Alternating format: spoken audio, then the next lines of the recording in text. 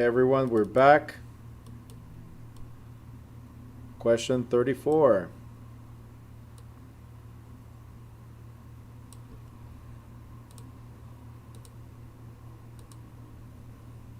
All right, so we got part 2 of this review.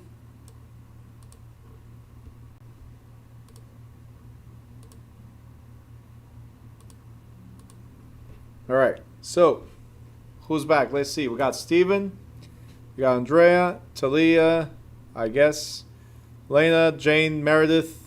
Meredith, are you there? Chad, Geraldine, Sarah, Catherine, and company. Nicole, Gil, Linda, sideways. Linda, sideways. There you go. We got David, Sabrina, Crystal, sideways as well. Vanessa, Daphne, Anthony, Yanessa, Carlos not there. Sandra's not there. Mina's not there. Who else? Oh, Mina Youssef is there. Okay, Brian, where is he? There you go. We got Gary, Yamili, Abanub is not there. Joseph is not there. Who's there? Come on, everybody, cameras on. Cameras, action. All right, so let's go. We got part 2, like I said, and it says right here, at closing, the cost of filing the deed in the public records usually appears as credit to the buyer, credit to the seller, debit to the buyer, or debit to the seller. All right, Carrie's here as well. Cool. So what do we got? At closing, the cost of filing the deed is what? Credit or debits? To the buyer or the seller?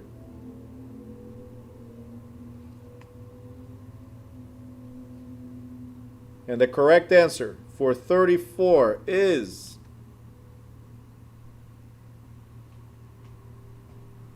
drop it, drop it. Let's see what you got. Daphne's always with an ice cream or something. All right. Oh. Sarah, you're doing so good. What happened?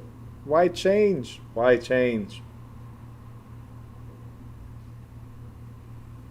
The cost of filing the deed. I'm not saying it's correct. I'm not saying incorrect. I'm just saying why change?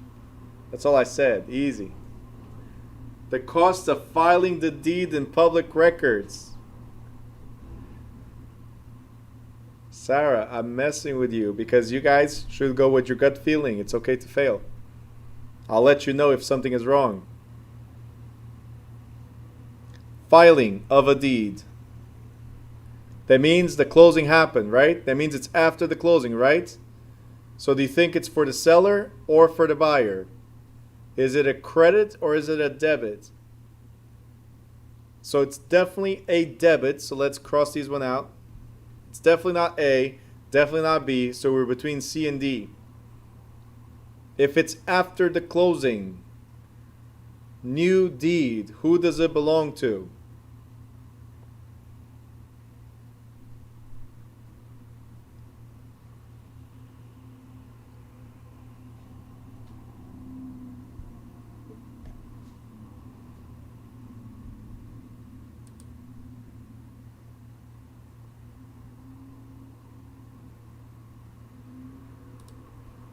Correct answer is debit to the buyer because it's a brand new deed. Therefore, buyer's expense.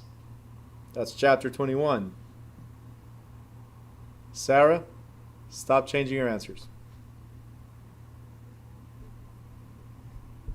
35.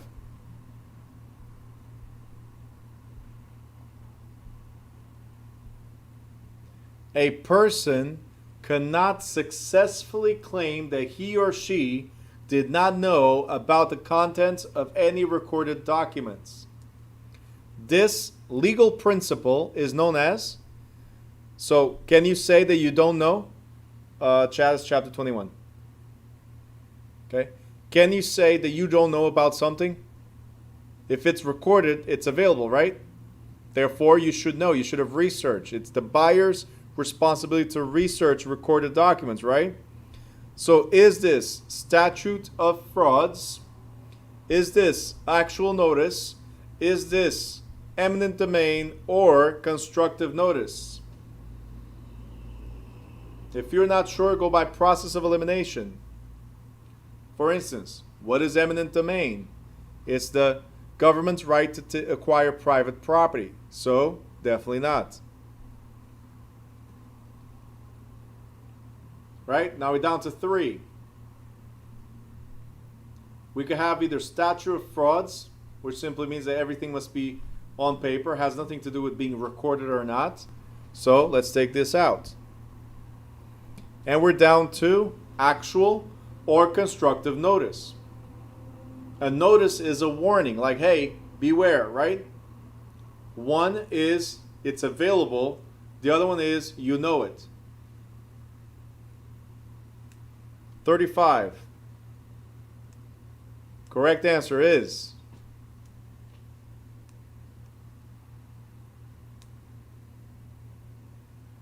Chad, don't change. Same thing I just told Sarah. Where you guys fail, it's changing. Constructive notice. See, if you did not know, then it's constructive. If you knew about it, then it's actual notice. You actually know the information. Okay? So did not know was the key. Actual notice, it's something you know.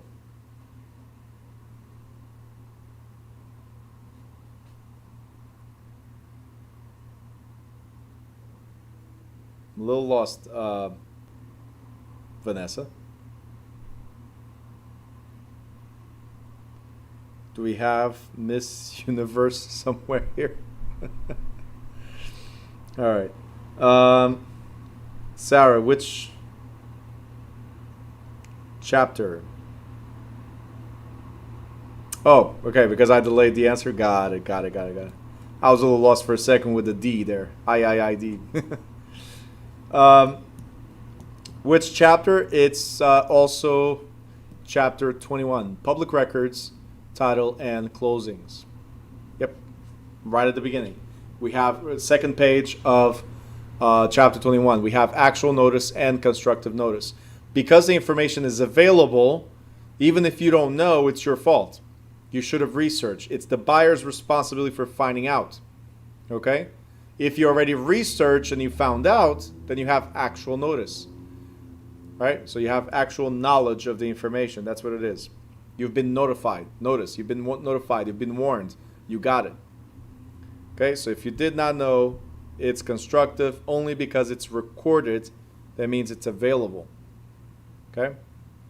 Next. 36.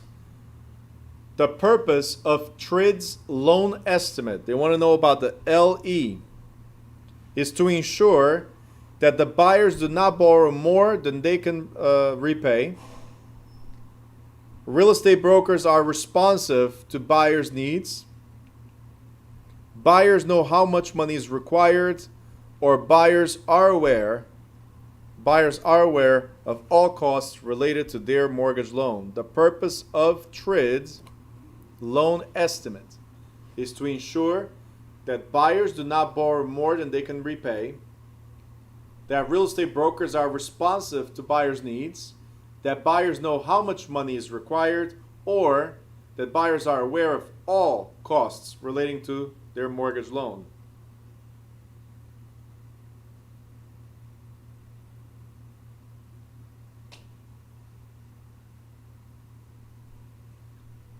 All right, very good. It looks like everybody's on point, and the correct answer is buyers aware of all costs.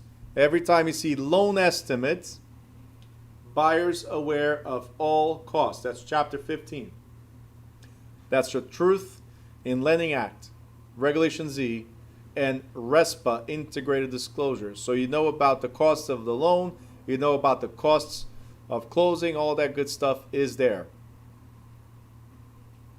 Good.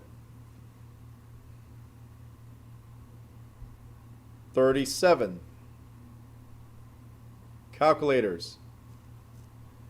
A building was bought for $250,000 with 10% down and the loan for the balance. If the lender charged the buyer 2 points, how much cash did the buyer need? You bought it for $250,000. You put 10% down payment, right? You got a loan for the balance. The lender charged you with 2 points. How much cash do you need? So to help you out, you need the 10% down payment plus the 2 points. Points are a percentage of loan amount, not the purchase price. You got to remember that for state exam purposes.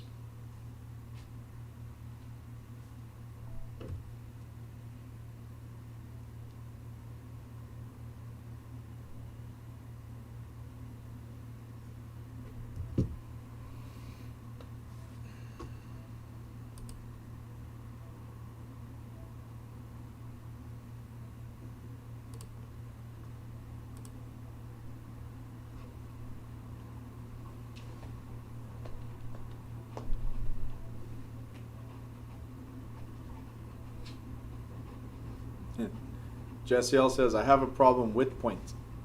Okay. 1 point is 1% of loan amount. 1 point is 1% of loan amount. What is the loan amount? That's what you have to ask yourself. What is the loan amount?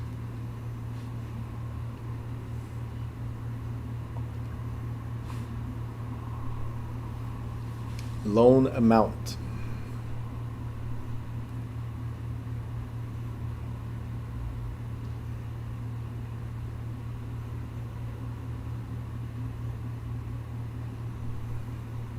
Think how much is the down payment here. Do not write any answers, please. Do not write any answers. I will show you the answers. And it's incorrect. You need a bigger number because you need down payment and loan amount. Okay, I'm sorry, down payment and points. That's what you need. But do not write the answer yet. And I don't need the number. I need the answer once I show you. Catherine, what are you doing? Oh, she's talking to somebody, not paying attention to me.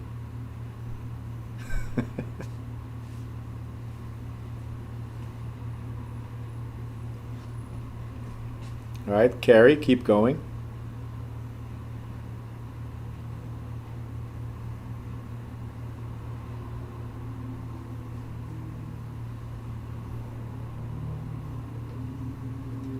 All right, so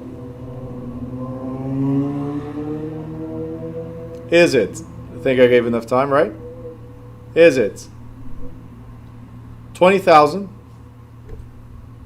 22,500, 25,000, or 29,500? A, B, C, or D?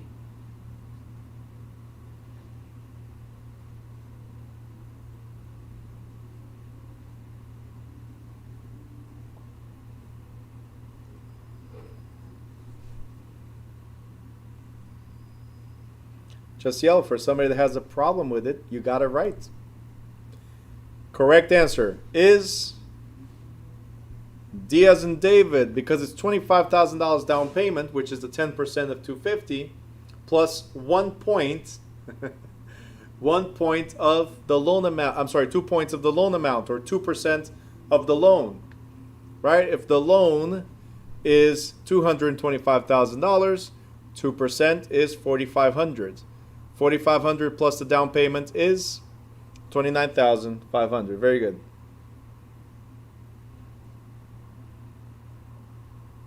Oh, Jessiel, you did not tell me that. Send me the score report. Thank you. Send it to me on WhatsApp, please. Privately. Thank you. Daphne, what's your question? Can you write it out? I'll charge you more, Daphne.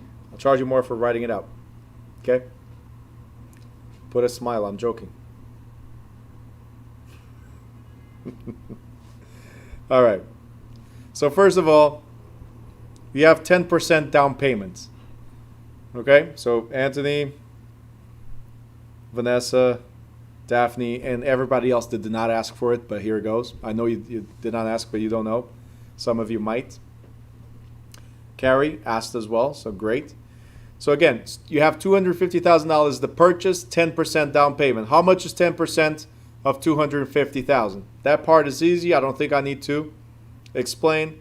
It's $25,000 as the down payment. Okay? That's it. We stop right there. Now, the lender charged the buyer with 2 points. 2 points equal 2% of loan, not the purchase price. So if $250,000 was the purchase minus the $25,000 down payment, how much is the loan?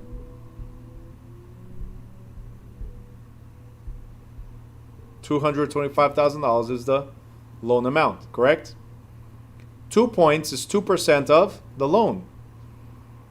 All right? What is 2% of the loan?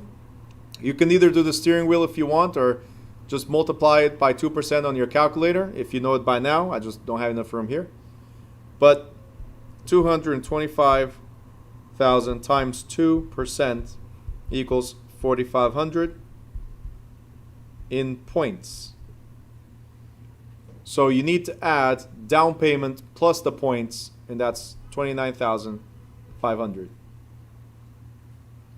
Carrie. Carrie goes, I feel so stupid right now. Carrie, don't feel stupid.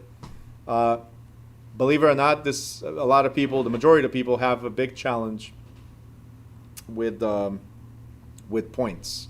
A lot of people calculate the points off the top. So don't feel bad. That's why I keep on saying a point equals 1% of loan amount, not the purchase price.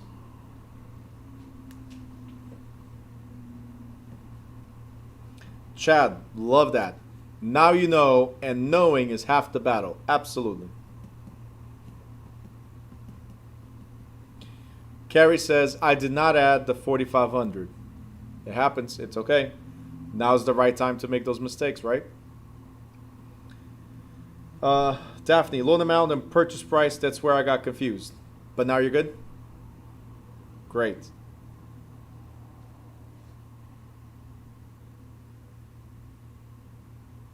Chad said, go Joe.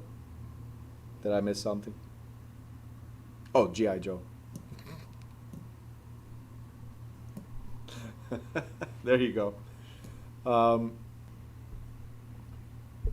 Anyway. Daphne, question.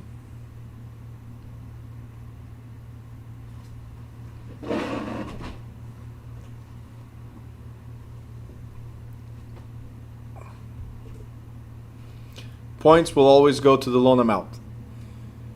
Point equals 1% of loan amount, not the purchase price. Write that down as many times as you can. 1 point equals 1% of loan amount, not the purchase price. Go like Bart Simpson. Go to a blackboard and write as many times as you can. That's your punishment.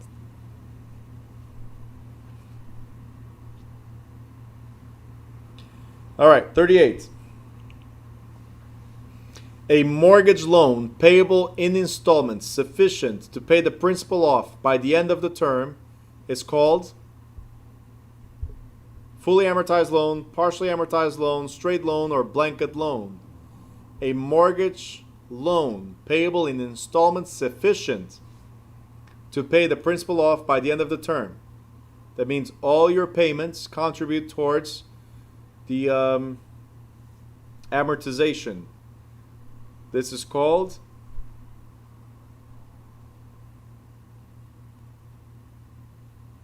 Jessiel says, I got the same question. Okay.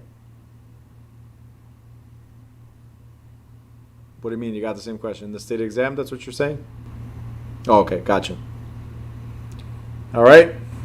And the correct answer is fully amortized loan because the balance is zero with the final payment that's equal to all other payments. That means every payment you make is enough to fully amortize the loan. Very good. 39. Which of the following deeds contains no express or implied warranties? Which of the following deeds contains no express or implied warranty? Bargain and sale deed, quit claim deed, grant deed, or warranty deed.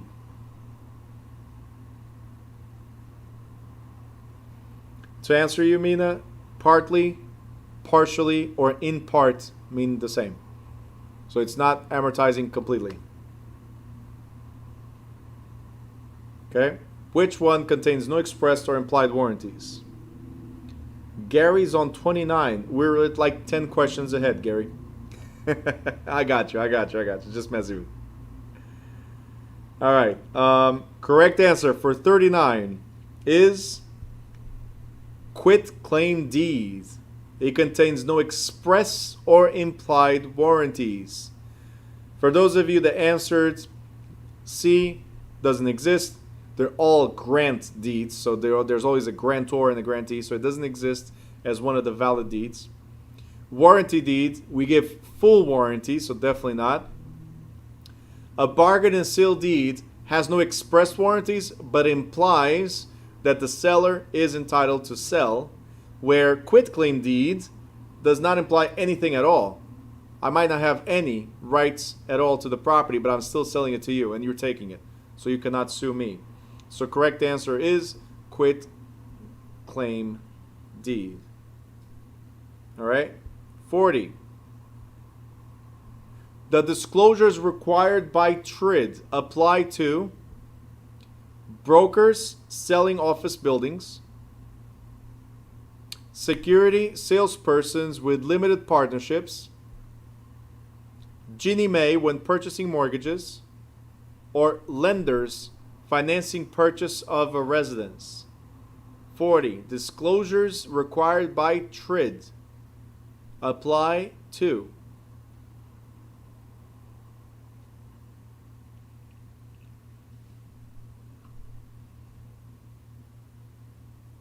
disclosures required by TRID apply to required. So somebody has to disclose to you.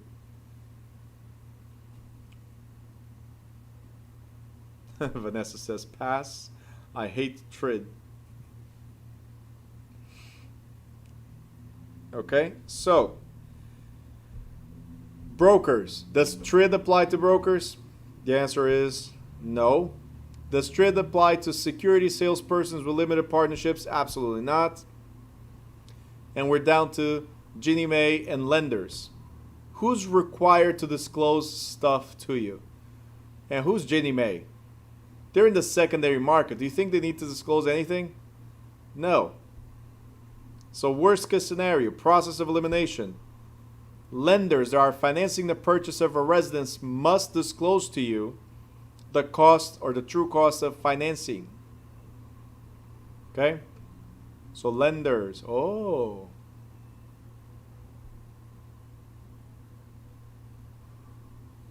$41. A comparative grasshopper. A comparative market analysis is usually provided by Chad. I say grasshopper, half of the people don't get it. So a comparative market analysis is usually provided by the appraiser, listing agent, lender, or closing agent. Who provides the CMA or comps? Is the appraiser, the listing agent, the lender, or the closing agent?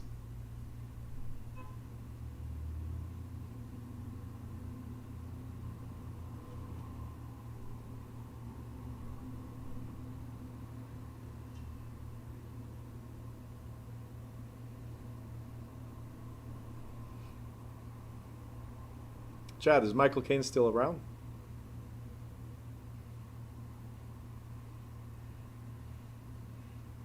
Haven't seen him in any show or movie, I think. Oh, he passed away a few years ago? I didn't even know. Yep. All right. Let's see. It looks like the majority of you got it correct, and the answer is listing agent. Usually, we're the ones that do it. It's not the lender. It's not the closing agent. It could be the appraiser using the market data approach, but the majority of the times, who provides a CMA only? Compare market analysis. Doesn't say anything else. So a listing agent usually is the one that provides that one.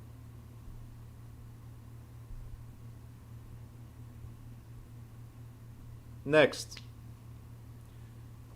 Chapter 16. This is under the approaches to appraisals. We have the market data approach or a sales comparison approach. We have the cost approach, and we have the income approach. And it says right there that usually we're the ones that provide that. Also in listings, right at the end, last page of listings, we mentioned the same thing. Because appraisers, they provide an appraisal. We provide CMAs only. Okay, so to make it easy, every time you see that, if it said appraisal, appraiser. If it says CMA, listing agent. Whoever represents in the listing. Okay. Chapter 16, appraisals. All right, so 42. A legal action brought by either the buyer or seller to enforce the terms of a contract is known as an injunction, specific performance, lis pendens, or an attachment.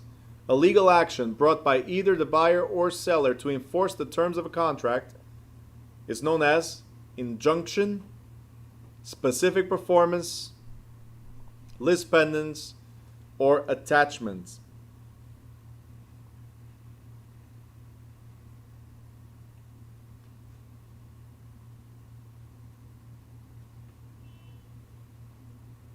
All right, let me help you by crossing out a few. Like I said, process of elimination. Attachment, that has nothing to do with contracts. Lis pendens is a notice of lawsuit against the property, but it has nothing to do with the buyer or seller. It's the lender, right, or whoever's suing you. And we're down to injunction or specific performance. An injunction is an order by a judge. It's an order. It's not a lawsuit or legal action. It's an order by a judge. So you're down to B. Specific performance of the contract means I'm suing the seller to sell or I'm suing the buyer to buy. Let's perform the specific terms of the contract. Let's close. Okay? Chapter 11. Under specific performance.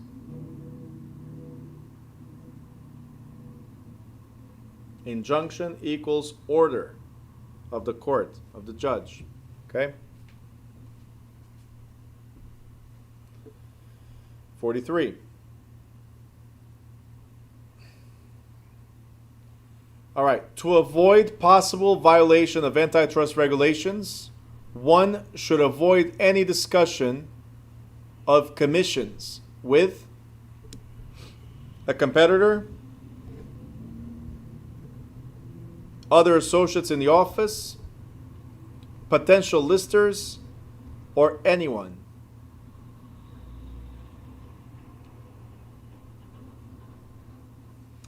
Uh, 11, Sarah.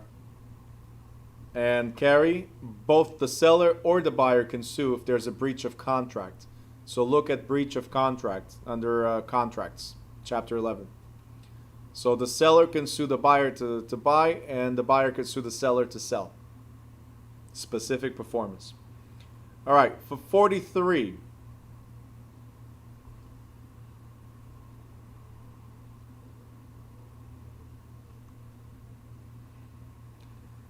for 43. Anyone? Well, let me ask you something.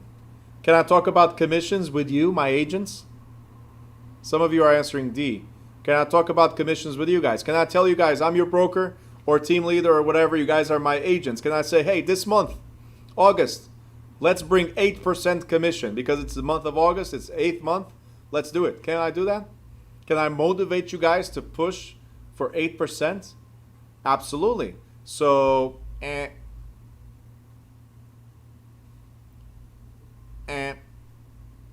got it? So we're down to A and C. If I'm listing with somebody, can I discuss commission with the seller, the lister? Absolutely.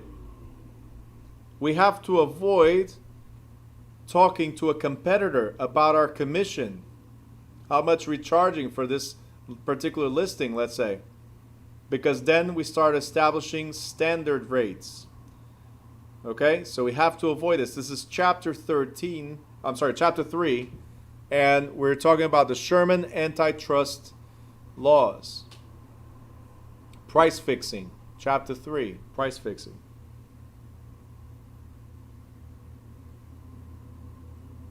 I think page 41 or so.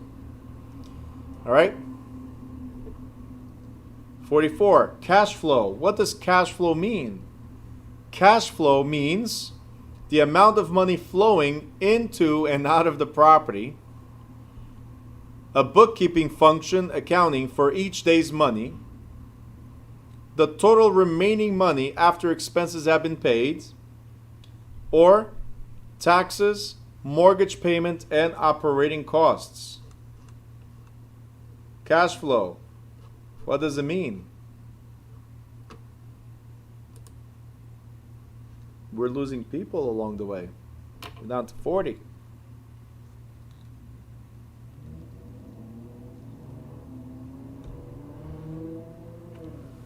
All right.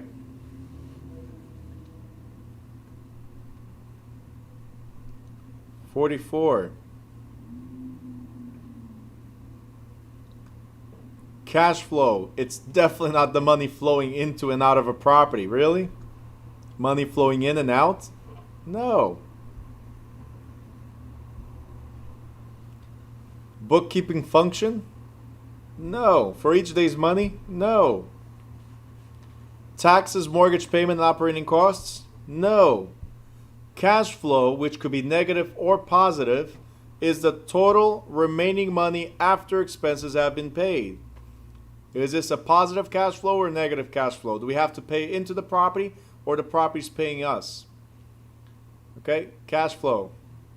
Chapter 17. Under investments, we want to buy multiple properties to have multiple cash flow or multiple income sources. And I even told you about Rich Dad, Poor Dad in that chapter.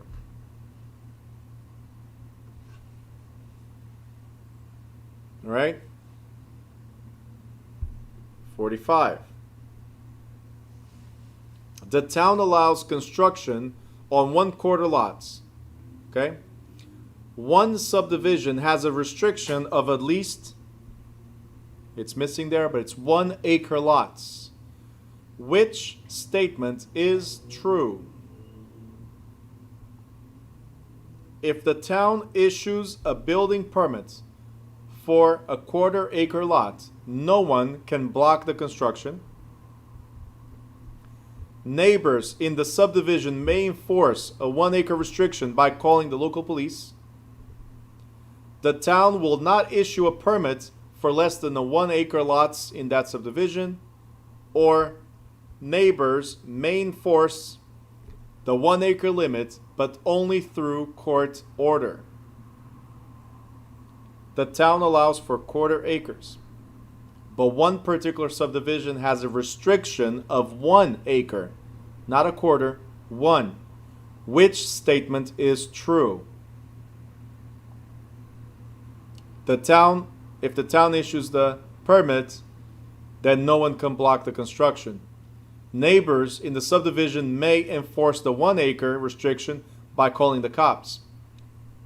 The town will not issue a permit if it's less than the 1 acre lots in the subdivision, or neighbors may enforce the 1 acre limit, but only through court order.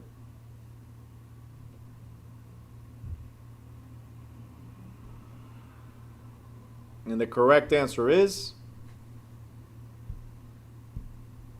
court order. Okay?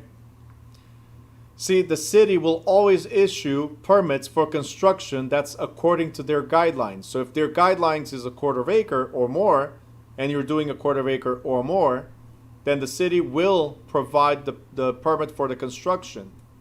The subdivider or the neighbors are the ones that will enforce the deed restriction, which says at least 1 acre. But how can they do that? Through court only.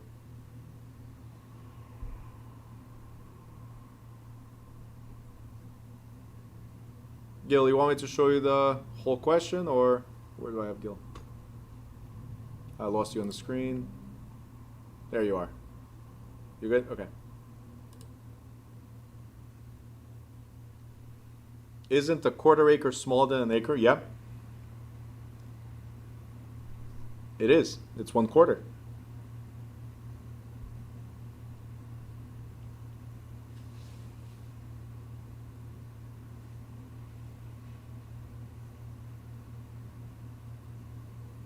Who had this restriction, and can you please repeat the question? Okay.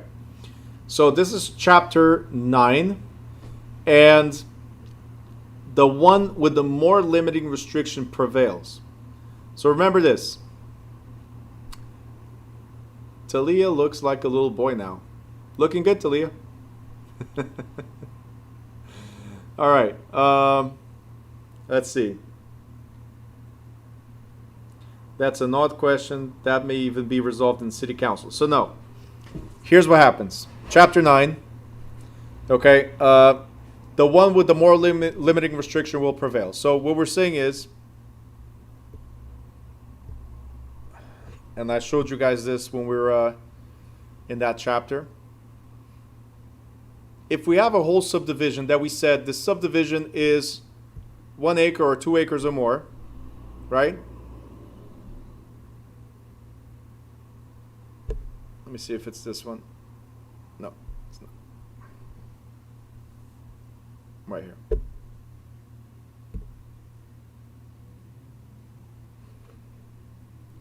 So, Chads, to address that, if you want to destroy the subdivision and go back to whatever the town, then yes, city council. But then there has to be a majority agreeing to it. Otherwise, what prevails is the subdivision.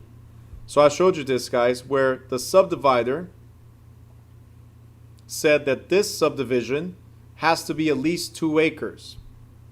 2 acres. 2+ acres, right?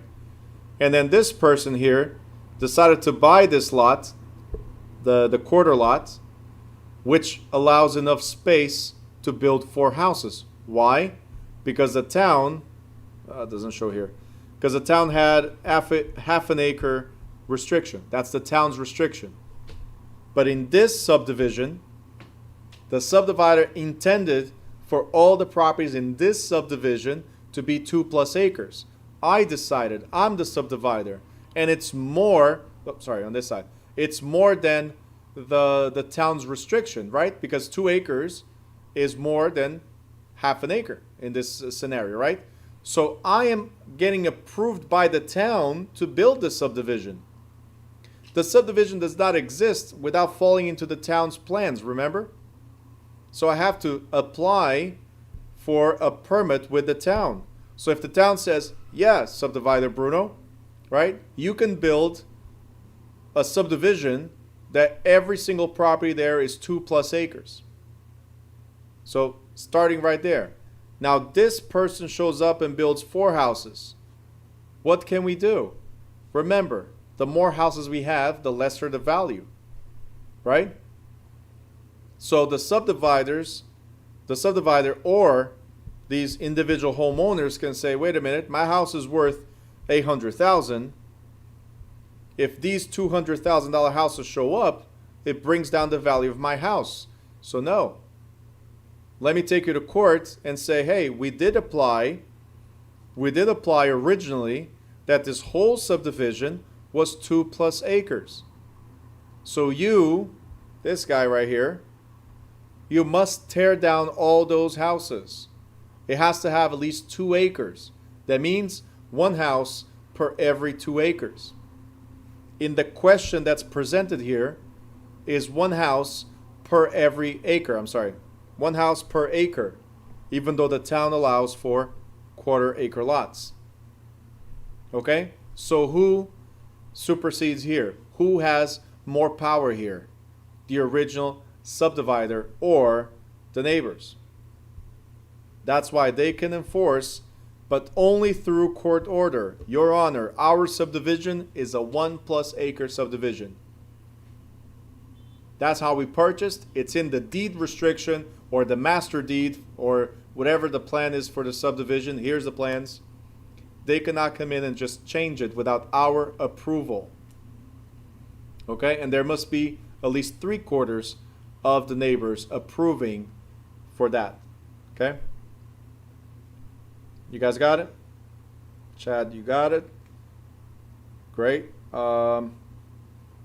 Nanette, did you get it? Daphne's asking a question. All right. Emily got it as well. Great.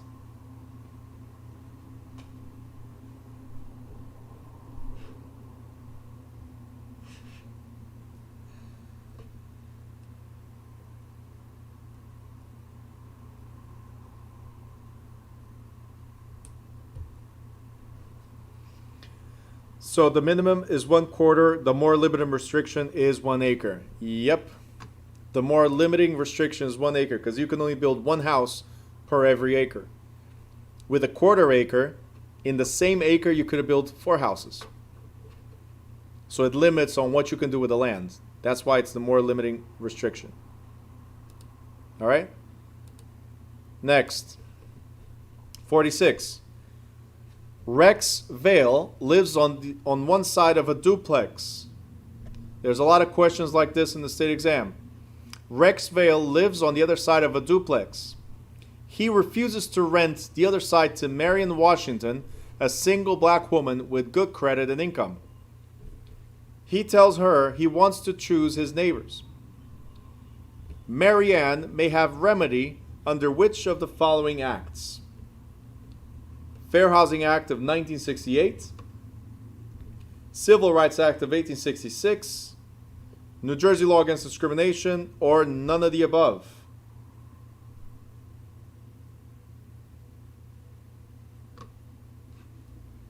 This one should be easy, right? He's denying her because of... Ooh, don't do this to me. Don't do this to me. Read the question. Why is she being denied? Why is she being denied? Think about it.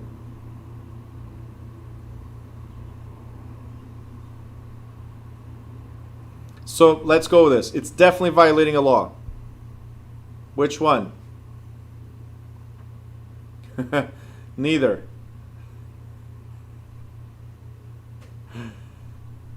Okay.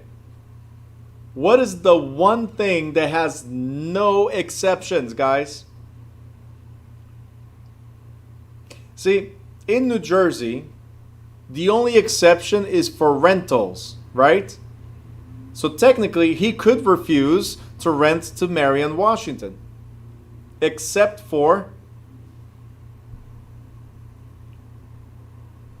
race and color.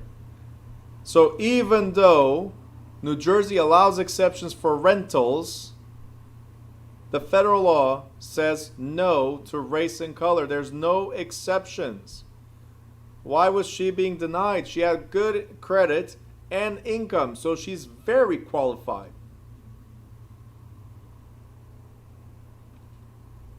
Got it? It's owner occupied, we got that. It's a duplex, we got that. Right? But why is she being rejected? What is the reason? You guys got it? That's why I stopped you right away on your tracks, because I saw a lot of things coming through. So, right away, what was the issue here? Black. She has good credit, right? She has great income, apparently, right? Why being rejected? For any other reason, if it said national origin, religion, if it said children, right? Even children, you got to be careful with that, right? If it has to be owner occupied. So what was the issue here? Okay, rentals. It could be, oh, you're single, I don't want to rent it to you. That's fine. If it's rentals, owner occupied, it's fine. If it's investment, no, it's not fine. But owner occupied, the issue here out of the whole thing was, all right, and the rain has started. Tropical storm. All right. What do you mean owner occupied? Right here. Rex Vale lives on one side of the duplex. It's a duplex. It's a side by side. So it's the other side in this case. But it says right here, lives on the other side of a duplex. He's renting the other side of a duplex. In the state of New Jersey, you can reject if you're owner occupied of a duplex or up and down two family. A duplex is a side by side two family. Okay?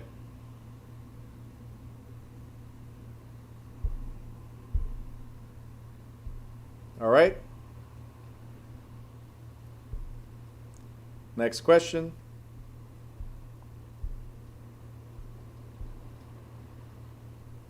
In the valuation of a large office building, which approach is given most weight? It's a large office building. Daphne, chapter 4. Carrie, where are you located? Carrie says, not raining here yet. All right, so which valuation has most weight for large office building? Is it the cost approach, the income capitalization approach, the market data approach, or all have equal weight? Which one for a large office building? Carrie, you're in Long Island. Okay. Well, it should have gotten to you. No, almost. Okay, it's getting there.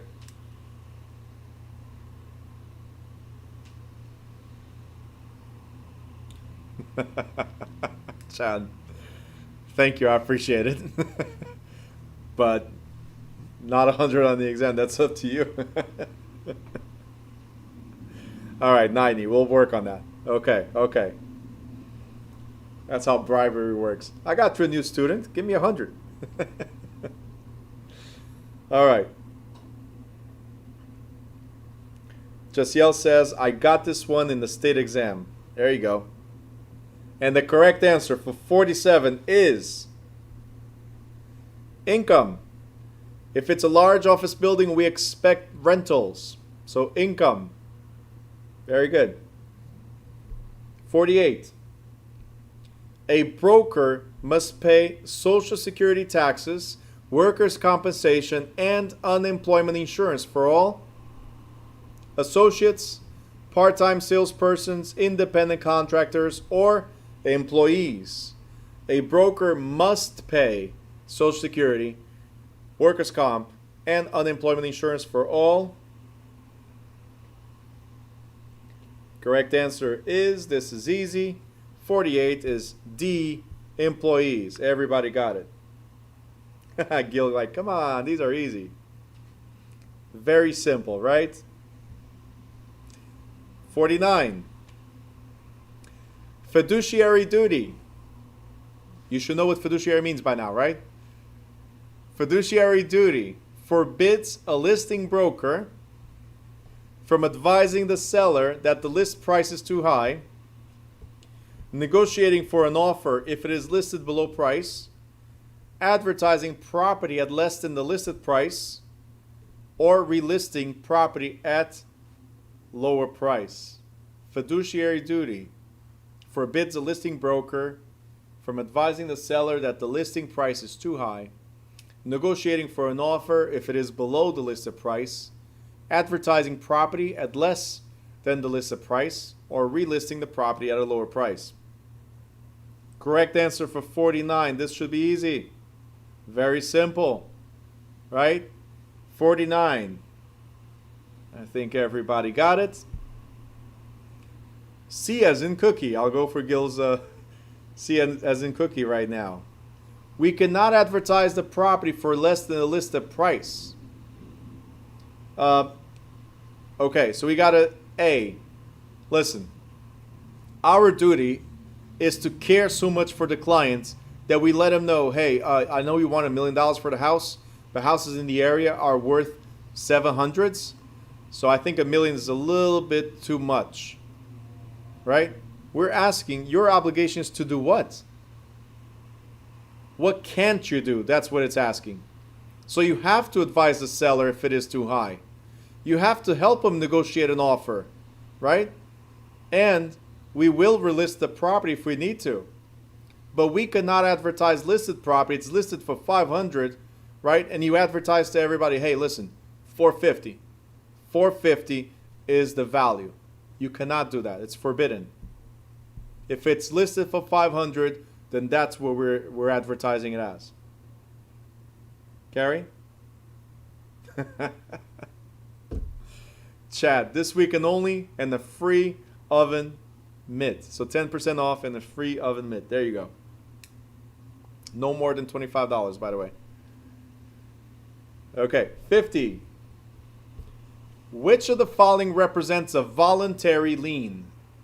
Which of the following represents a voluntary lien? Mortgage, special assessment, estate tax, or ad valorem tax? Mortgage, special assessment, estate tax, or ad valorem tax. Which one of these is voluntary?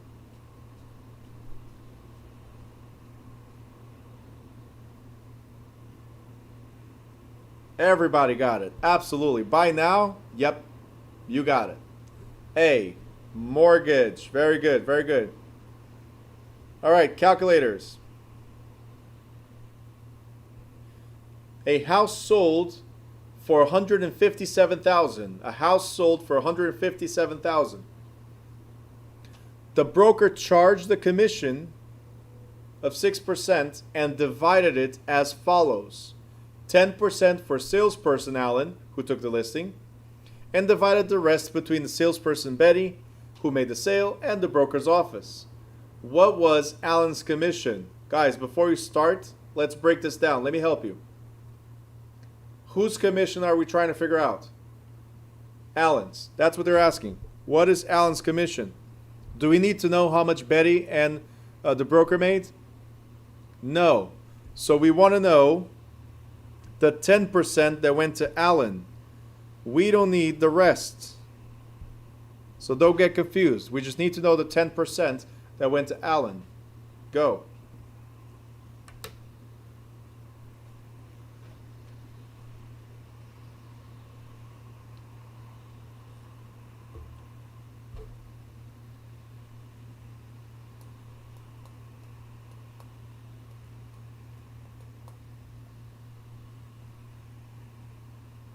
That's a really bad commission negotiation, by the way. Vanessa's like, yeah, that's what I was thinking. Yeah. Look, but there's a lot of agencies that's what they do. They just want to get listings, so there's movement in the office. So they have the flat fee listings, $250, for instance. They have the $1,000 listing, flat fee. There's a lot of those. All right, Carrie, you got the book open. Okay? Make sure book is not open. Chad, please. Vanessa, wait. Wait. We're like Jeopardy. What is?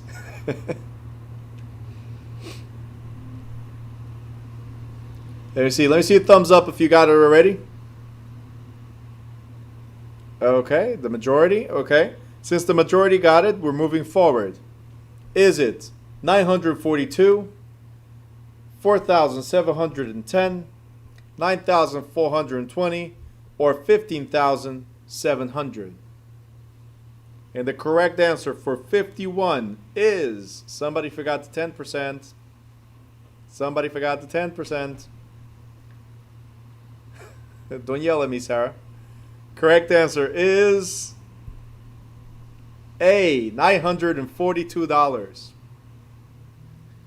Sarah, that's not an excuse, because when you go take the exam, you can't multitask. You got to be focused. Yep. All right, did everybody get A? Are we good? Thumbs up? What is that? What's going on there? All right. Linda did not get it. Who else did not get it?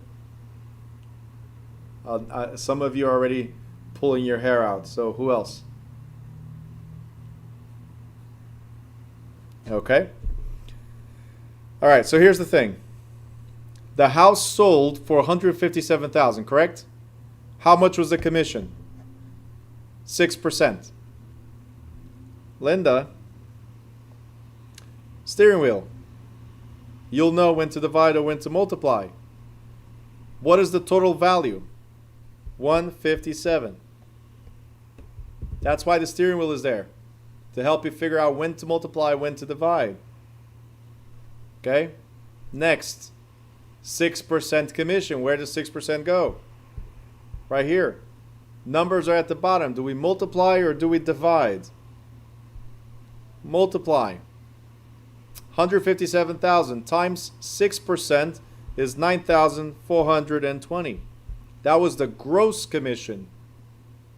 How much did Alan get from there? 10%, which I think we don't need to calculate. It's 942. That went to Alan. Oh, sorry. 1L. Poor Alan. 1L. Thumbs up. Okay.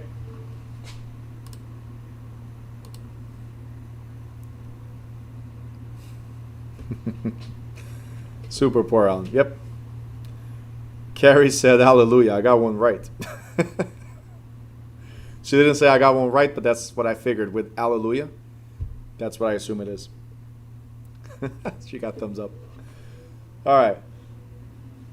Jesse L says, I would die with that commission. Well, let's think about it this way, Jesse L. He took the listing. He did nothing else after that. So almost $1,000 for doing absolutely nothing? Not bad. Think about it. I would love to have 1,000 listings a month just for $942. Not bad. 52. Wow, that okay was really bad, Jesse L. She's like, okay, fine. All right, 52. Smith Water Hole Company constructed a swimming pool. On completion, they filed a lien for non-payment. This was most likely a general lien, a special lien, a construction lien, a voluntary lien, or the fact that they have a really bad company name for a swimming pool company.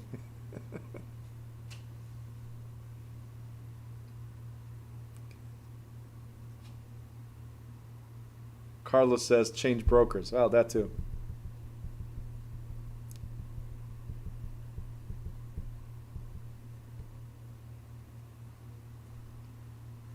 All right.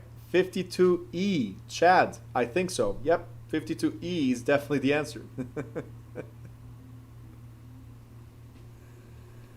Correct answer is C. Construction. Work was done, not paid. Therefore, construction lien against them. Yep. 53. We're going to try to get to 55. Halfway at least. The term leverage refers to the movement of the people that enhances value in the area. All right, and a lot of you now got Bob Marley in their head. Use of borrowed money to finance most of an investment. using influence at the bank to make a loan, or measuring the impact of cash flow. The term leverage refers to. We had a question like this before, didn't we? All right, a lot of this stuff is to prove a point. Sometimes a question that comes later on answers the previous question or vice versa. There's a lot of similar questions. Like Chad asked earlier, how many questions regarding deed can we have, right? There's a lot of them. That's why I say this exam is easy if you pay attention. Later on, there might be the answer for the earlier question or vice versa. And the answer is B as in boy, as everybody got. Congratulations, right? 54. We talked about this already. The illegal practice of inducing panic selling in the neighborhood for financial gain is called steering, redlining, blockbusting, or canvassing. Oh, if you get this one wrong, right?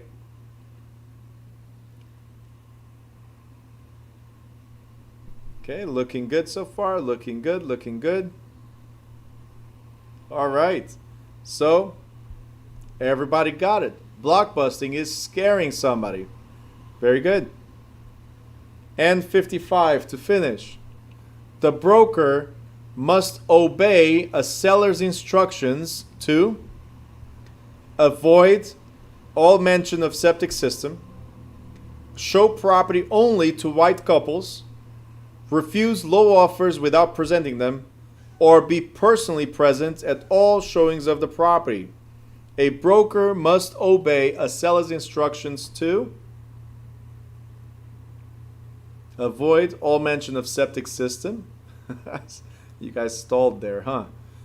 Show the property only to white couples, most definitely.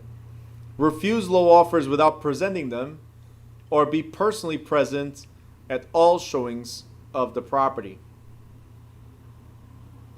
Must obey lawful instructions. Remember that, lawful instructions.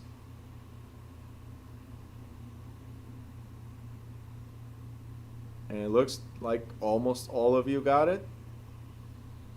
Correct answer is D.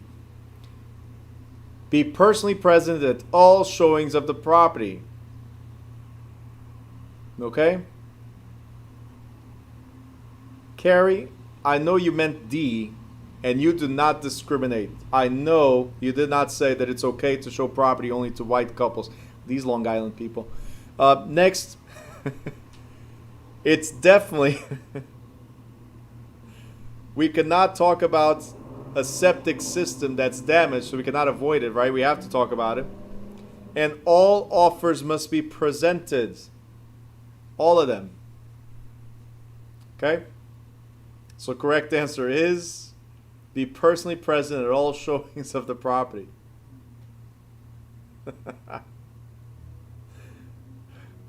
Carrie's like, oh my God. I literally said, let's show this only to white couples. I'm telling you, Long Island. You did not read the... Okay, she just said she did not read the question. Guess what? That's what happens most of the times. Yep. The biggest issue that you guys have is not reading properly. Gil just said the same thing. Got confused. Sorry. He must not. That's what it says. It's the cows. Daphne, can you explain the question? It was confusing. Why would the broker have to go to all showings? Because I asked it. That's. Remember, you represent me, right? You represent me, so I want you to be there. And when you say broker, obviously it's the agent that's going to be there, right? You're the listing agent, so you're going to be there on behalf of the broker.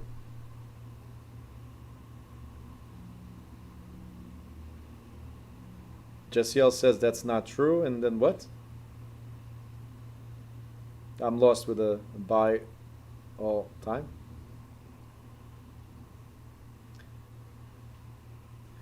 Okay, Daphne, you guys need to, you and everybody else need to understand one thing. We are representatives of the broker. The broker is the one that's hired by the seller or the buyer. We are either the listing agent or the selling agent, right, representing the buyer, but all our actions are on behalf of the broker. So when they say here broker, they're talking a broker or a representative must be present at all time. If you as an agent, listing agent, cannot be present, but the seller clearly required, it's a legal, lawful request that somebody be there, then the broker must find somebody else. These are lawful instructions. Okay? Jasiel says, sometimes other real estate agents just have the lock number or password. Okay. So look at this. But before you guys write anything else, it says must obey seller's instructions. So if the sellers, we're not saying you have to be present at all showings in every single listed property, but if the seller requested it, then you must obey. It's a lawful instruction. Okay? Hiding a septic system issue, no. Showing the property to white couples only, that's discrimination. We have to present all offers regardless of how low they are. If they ask us to be personally present, if I cannot be, I'll ask a team member to be. But somebody from the brokerage, that's what represents the seller, somebody from the brokerage must be there. And quite honestly, would you let your child loose by him or herself in the middle of the street? No. So be there at every showing if you can. If you can't, try to find somebody to cover. But definitely have somebody to represent or you will lose that child. Let's put it like that. If it's a vacant home, different story. But if the owner is there or if the tenants are there, try to be present. Guarantee you'll be more successful that way. Carry, obey. How did I miss that? Yep. You guys got it? Are we good? Thumbs up? Great. So here's the thing, guys. We only covered half. I got it, but for a reason, because we had a lot of stops and explanations and all that stuff. In the state exam, no explanations. Usually when I do this presential, like here at the school, we go through almost 110 questions, or we actually cover 110 questions. Here I'm looking to see your answers coming through. It's totally different, right? So that's why we only did half, and on Friday, half as well. But in the state exam, you got up to 4 hours, and I can guarantee you guys, if you read slow, I understand 4 hours, but if you read slow, if you skip the questions that are tough, like you got stuck in it, move forward. All right? Come back with it to it whenever you have time. But go through the immediate questions first. Natalie, you're looking great, by the way. So go through those questions first. You got it? Math, long questions and tough questions, skip them. Math is the last thing you do. Long questions is the last thing you do. Dwell in the short questions first, the straightforward questions. If you do this, I can guarantee you that in the first hour, in the very first hour, you'll get 80% of the exam out of the way. And then you have 3 hours to try to understand the most difficult questions or the longer questions. You guys got it? Yes? Great. So here's the thing. The exam, I will address, I see questions coming through. The exam for the school is Friday, 5:30. You got up to 4 hours to complete. We will not start at 5:30 because there's specific instructions. I need to make sure everybody's in so I can give you the code and the passwords. Tomorrow, I will release the Zoom link for you guys to register for the exam. Okay? So there's a Zoom link just for the school exam. Completely separate, completely encrypted, completely protected. All right? So just for the exam. Once we are in the Zoom link, I will give you the exam link and the password to start the exam. You guys got it? So I will explain all the rules and regulations for the exam once we get there. But right now, I want you guys to focus on practicing as much as you can. It's all about testing now. Practice as much as you can. You have the online testing. You have the Quizlets. Quite honestly, right now, I think online testing will be the best option. You have my online test in the student portal. Take advantage of that. Okay? You get to see the answers, what you failed at, so you can understand and go again and read, oh, obey, I didn't see that, right? So it's where you get to make the same mistakes you made today and practice and practice and practice to avoid the mistakes, right? And then by the time you get to the exam, when you pass my exam, it's 90% guaranteed that you will pass the state exam. My exam is tougher. You need to have at least 75%. For state exam, you need 70%. 75% means 83 correct answers. 70% means 77 correct answers. You guys got it? So make sure you test yourselves. Throughout the next couple of days, ask me questions. There was only 2 people that over the weekend asked me questions, and I told you, reach out to me. And I answered those questions. All right? If you are confused, ask. Simple as that, okay? Let's see what we got. Daphne, yep, all offers must be presented, no matter what. Tidy says, think it helped a lot. Great. How many questions to pass? I think I just addressed that. There's 110. You need 77 in the state, 83 correct questions, answers in mine. What else? Where are these questions on the student portal to continue? Okay, they are in the ebook. I think Steven just answered that to you. Talia, testing gives you the answer right away. Absolutely. Chad, yep. If you guys are eligible, by the way, if you're eligible, I'll check your hours. If you guys are eligible, you will receive the notification to register. If you're not eligible, you will not receive a notification. If you do not receive anything by tomorrow evening, if you don't receive anything regarding the test, reach out to me in WhatsApp directly. You don't have to put it in the group chat. Send it to me directly. If you don't have my number, again, write it down. 908-418-8325. Okay, let's see. We got it. Carlos, awesome. He got 77%, so you would pass the school exam and the state exam with flying colors. Thank you for testing again online. Daphne, best practice for studying, what to focus on or to study, what should we review? Yep. What to focus on? Chapter 1, 2, and 3, and mortgages. That's definitely guaranteed. If you guys notice the pattern, agency was the biggest issue. So chapter 3, you'll notice that mortgages, like chapter 15, when we talk about TRID, you guys are way off, majority. And that's what I would focus more on is 1, 2, and 3, and then mortgages, definitely. Okay.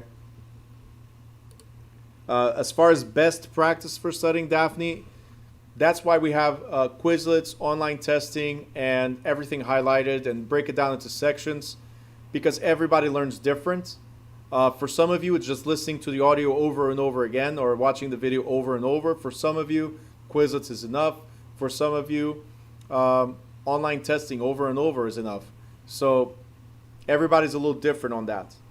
Okay? Gil, what do you need to bring for fingerprinting? ID.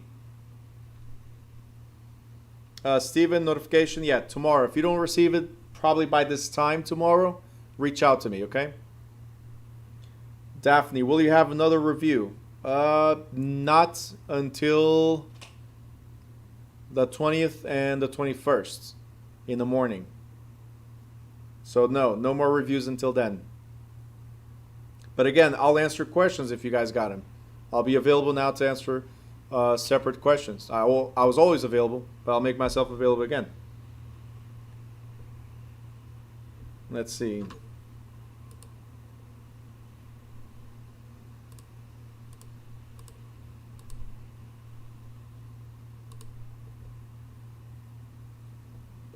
Yep. All right. So no other questions, guys? All right. If there's no questions, okay, there's a question. Hold on. Nanette, are previous reviews available?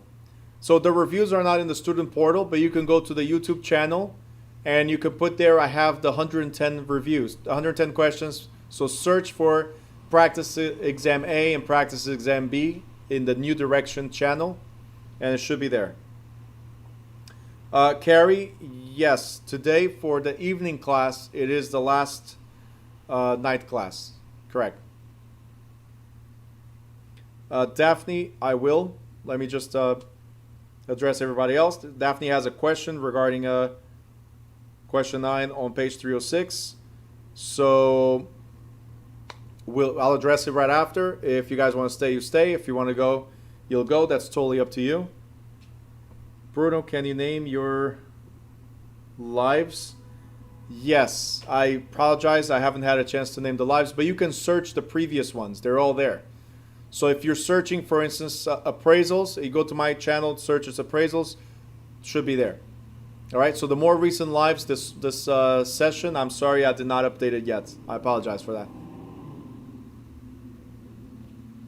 The review is chapter 24, yes. But I also have the cumulative quizzes of chapter 23. They're all on YouTube.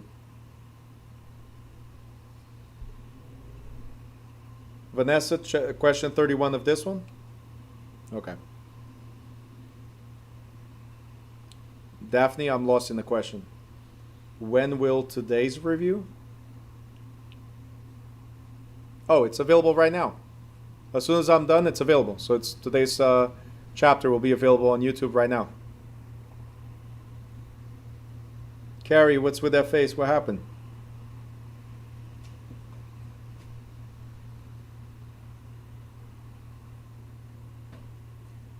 Steven, no. Until Friday, there's no more evening classes or any Zoom until Friday.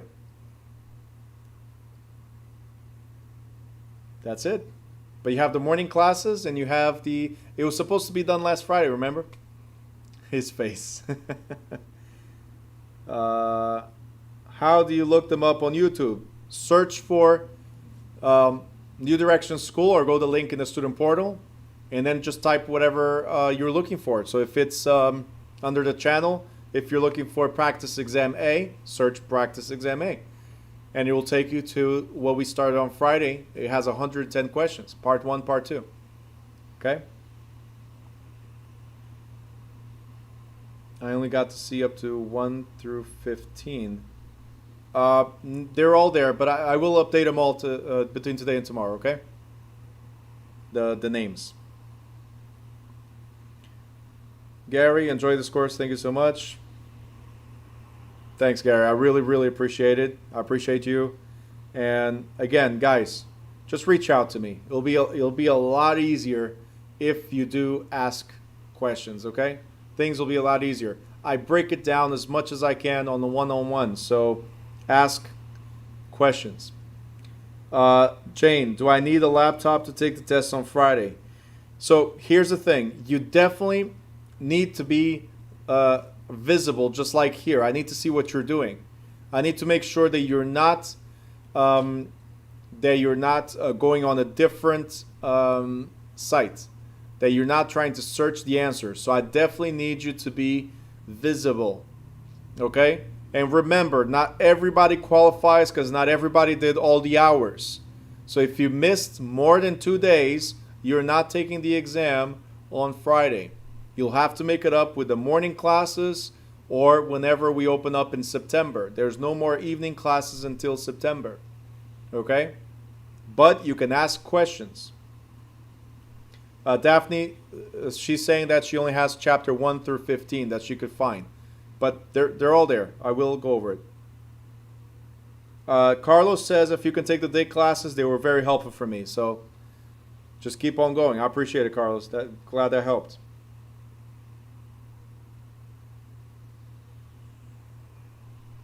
The last 2 days. So it has nothing. Remember, I postponed it for today, so that will complete your hours. Okay? Don't worry about it.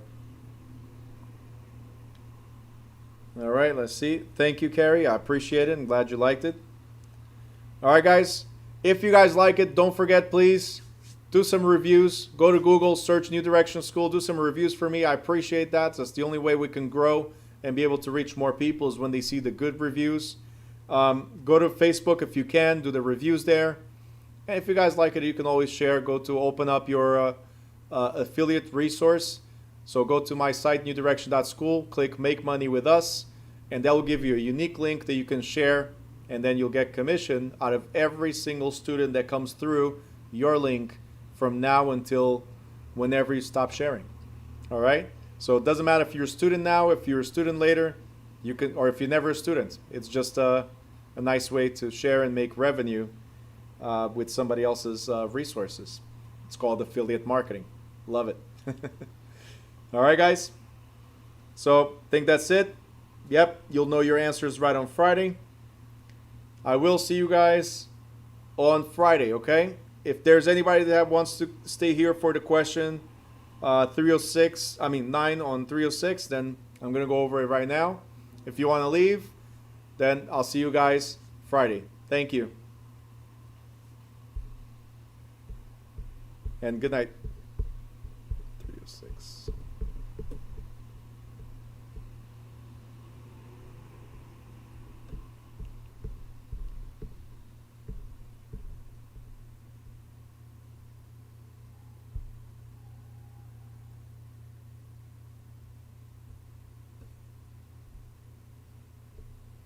Daphne, is this the question? Yep. Okay.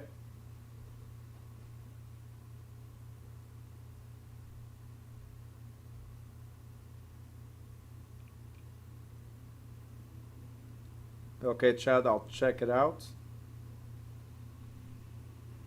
Okay.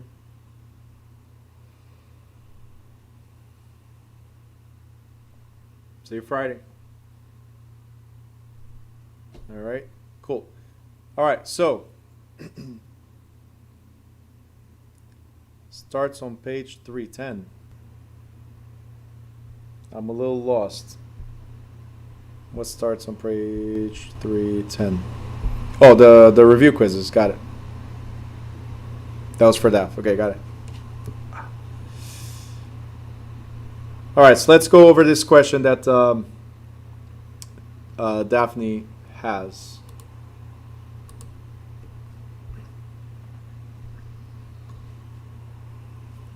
Just hold on because I need to open up.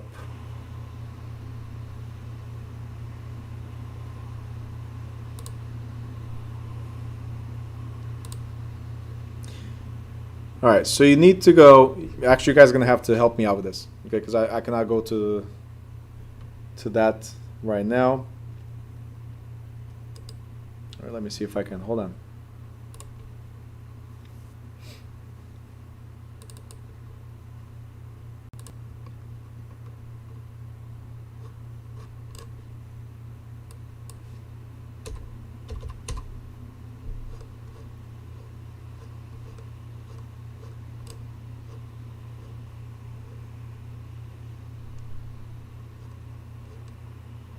Okay, I'm good.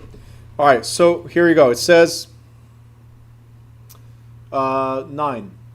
A house was listed for $249,000 and the Smiths offered $225,000, but the sellers countered with $235,000, right? The Smiths accepted the offer. So this was the accepted offer, $235,000, right? So this is going to be now the sales price, because it was accepted, so we're going to close at $235,000. Now, they are making a down payment of 20%. 20% down payment. And financing the rest at $525,000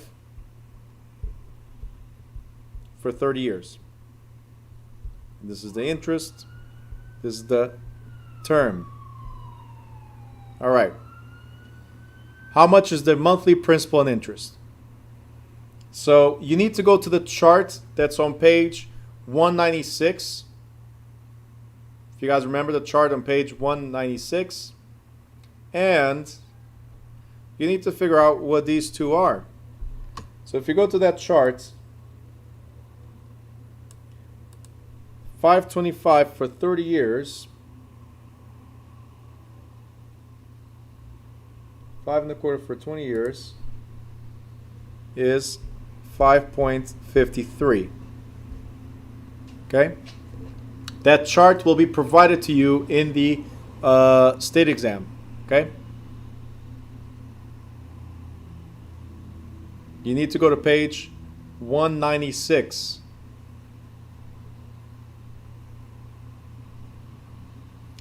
Daphne, yeah, there's videos on the cumulative reviews as well.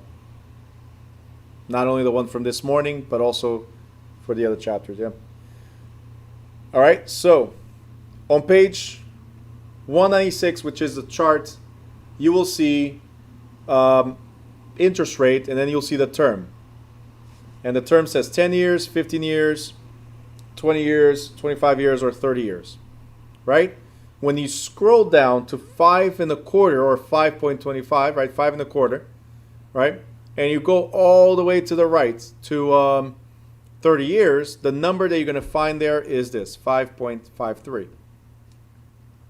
Okay? The question now is, this is based on the loan amount. Do we have the loan amount? Not yet. What we know is that the loan amount is 235 minus the 20%. How much is that?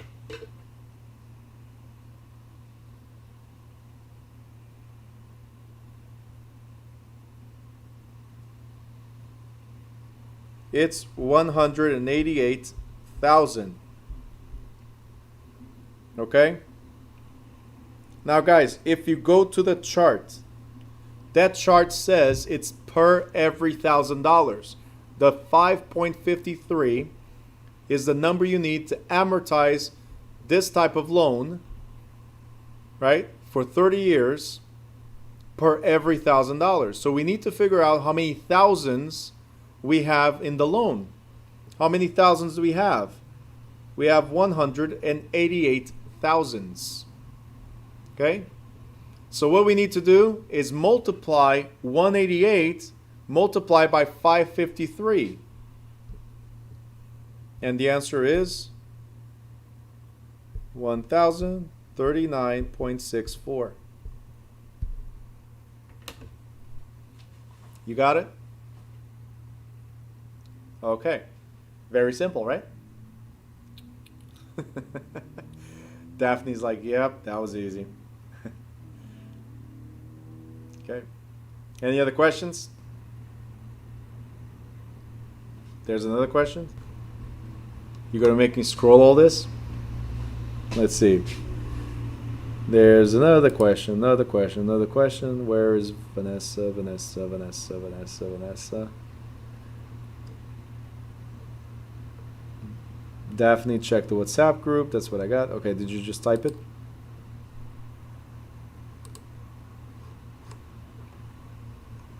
$31 from today's review. You guys make me go back and forth. 31 from today's review.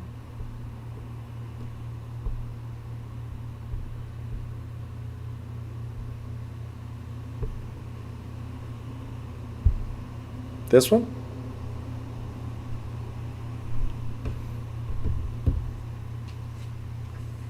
Okay. What's your confusion here?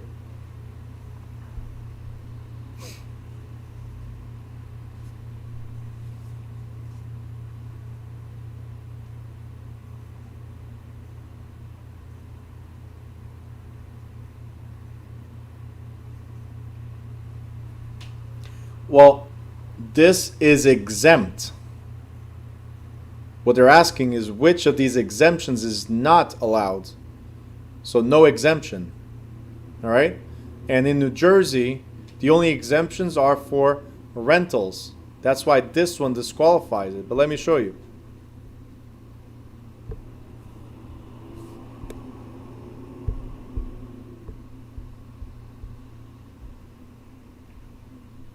You're going to go to page 54.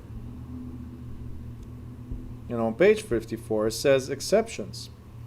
The only exceptions or exemptions applies to rentals, as I just said, right? It allows rooms, apartments, or flats to be restricted to members of one sex, so that's A. So it allows A, right?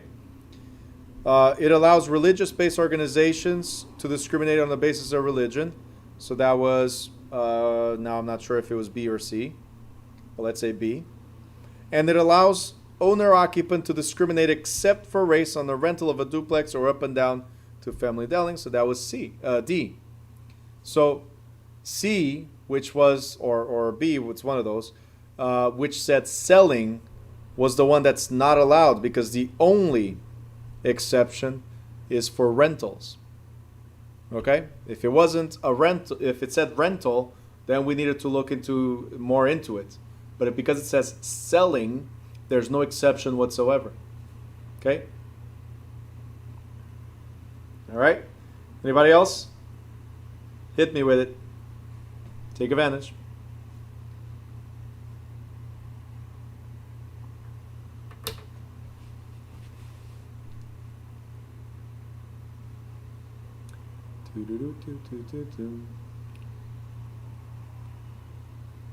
No questions, no questions, no questions.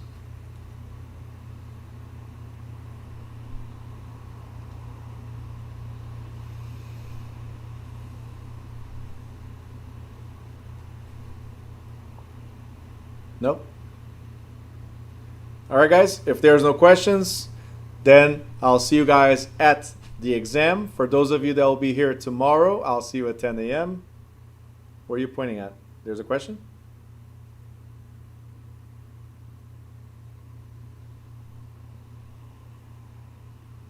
I don't know what you're pointing at, so I don't know. She's typing. Catherine is like relaxing. Oh, Daphne was typing? No. Daphne, were you typing? No. All right, cool. You were just waiting for Daphne? I see how it is. All right, guys. I'll see some of you tomorrow, or I'll see you on Friday for the exam. Have a good night. Thank you so much.